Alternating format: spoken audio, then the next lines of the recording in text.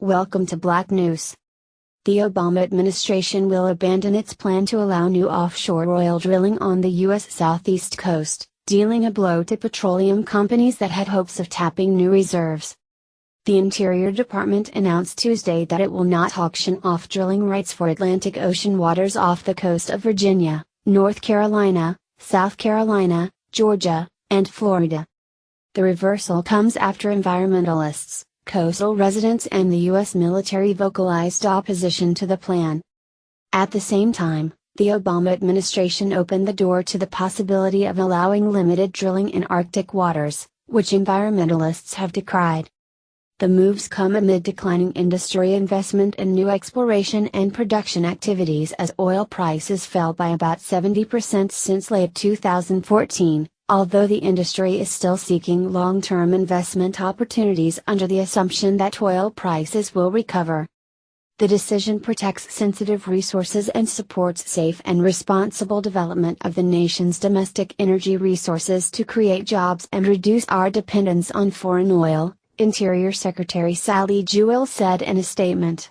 The proposal focuses potential lease sales in areas with the highest resource potential, greatest industry interest, and established infrastructure. Offshore drilling in the Atlantic had drawn vigorous support from the American Petroleum Institute, said it opening up the Atlantic would have bolstered jobs, tax revenue and economic development. The decision appeases extremists, API CEO Jack Gerard said in a statement. This is not how you harness America's economic and diplomatic potential.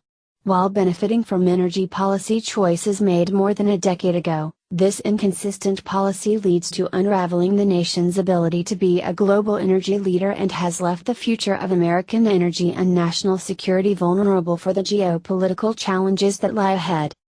Governors in several Republican states, as well as Democratic Virginia Governor Terry McAuliffe, had supported offshore drilling plans.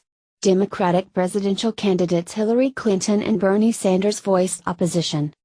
To be sure, the move is unlikely to be a serious limitation on industry growth, Notre Dame law professor Bruce Huber said in an email. A global glut in oil, fueled by the U.S. shale energy boom, has sparked a fall in oil prices and made offshore drilling less attractive. The Interior Department said drilling rights for 2017 through 2022 in the Mid and South Atlantic regions would not be sold for several reasons.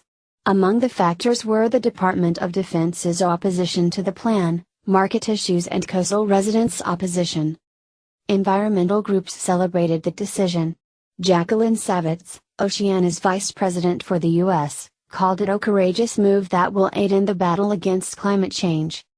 It will prevent oil spills and coastal industrialization, it makes seismic testing unnecessary and it will help promote the clean energy solutions that we so desperately need, she said in a statement. With this decision, coastal communities have won a David versus Goliath fight against the richest companies on the planet, and that is a cause for tremendous optimism for the well-being of future generations.